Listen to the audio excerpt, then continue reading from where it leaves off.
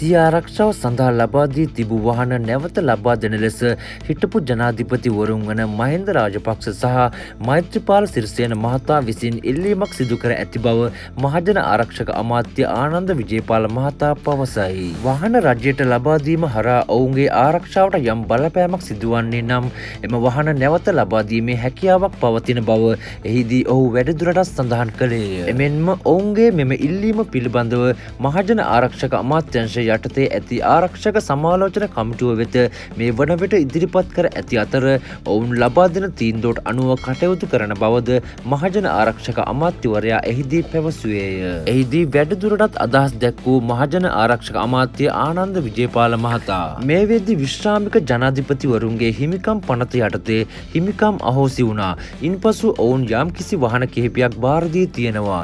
ඉන්පසුව හිමිකම් පනත යටතේ ගැනෙන්නේ ආරක්ෂාව සම්බන්ධ කාරණය මම පසුගිය දවසක පාර්ලිමේන්තුවේදී ප්‍රකාශයක් කරමින් සඳහන් කර ආරක්ෂාවට යම් බලපෑමක් සිදුවන්නේ නම් වාහන දීම හරහා එම වාහන නැවත ලබා දීමේ හැකියාවක් තියෙනවා කියලා.